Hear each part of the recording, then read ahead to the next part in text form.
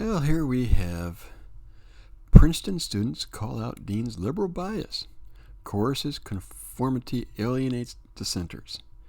I'm grade 7. This is from the College Fix. And we'll get into this article and see what you think. A group of more than 60 undergraduate students at Princeton University has called out a dean's statement critical of the Kyle Rittenhouse verdict as a violation of an administrator's obligation to remain officially neutral on controversial issues. The students addressed an open letter to the university president Christopher Estgruber in response to a November 20th email by Amini Jamal, Dean of the Princeton School for Public and Internal Affairs. Apparently that's her right there. Jamal had used the school's email server to send a message to all students in which she called Rittenhouse a vigilante, stated that the not innocent finding sets a dangerous precedent, and asserted that there are racial inequities in nearly every strand of the American fabric.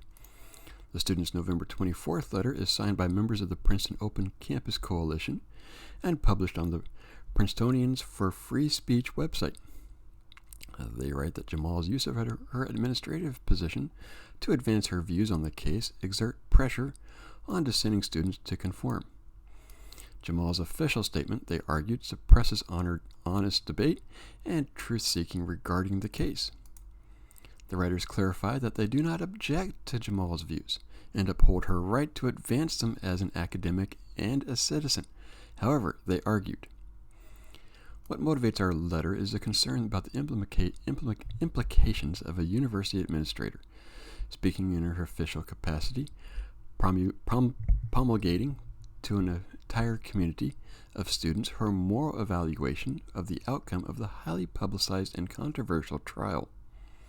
Her doing so in effect places the School for the Public and Internal Affairs institutional support behind a particular position on a matter which, as it engages the interest of so many, should invite a vigorous and respectful conversation amongst students and faculty alike. And they do have a point.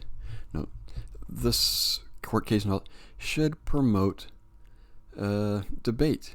Her letter, which I have read, does not.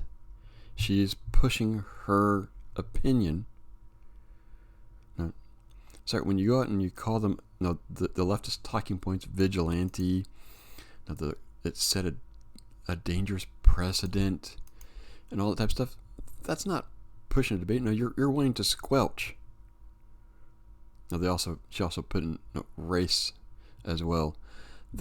You're wanting to squelch any debate, and anyone who comes out against you is racist or whatever. Dean Jamal's statement therefore primes many students and faculty to disregard oppositional views as mere defenses of racism and to stigmatize dissenters as morally suspect. Her posturing exerts pressure on students and faculty to mold their thinking and conversations in conformity with what the institutional leaders promulgate as moral truth. And that's, I just kind of said that. They repeated what I just kind of said right there.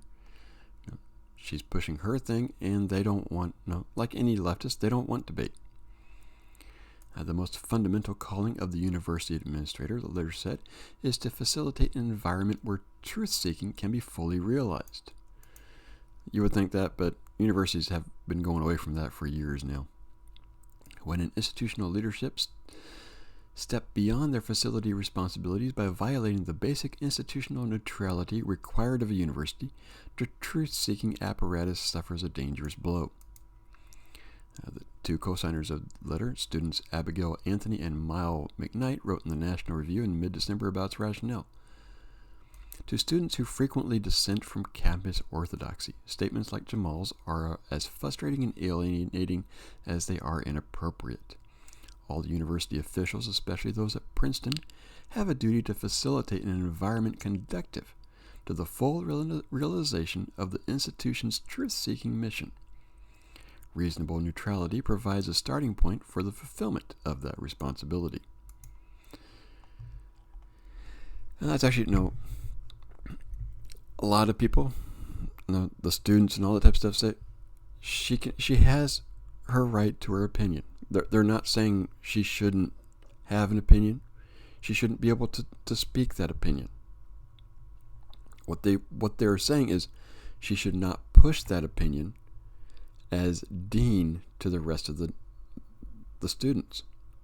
Now, that's essentially what she did with this November 24th letter. She pushed it to the thing. The College Fix also had it over here. She uses I know. She has a heavy heart when she wrote it. I failed to comprehend the idea of a minor vigilante to carry a semi-automatic rifle. And here's where she just blasts a bunch of talking points from the left. Across state lines, killing 2 people, and declared to be innocent by the U.S. Justice. Yeah, he was declared ruling self-defense. No, she doesn't even. She probably didn't even watch the trial. She watched CNN and MSNBC and all those talking points. Oh, what do you think?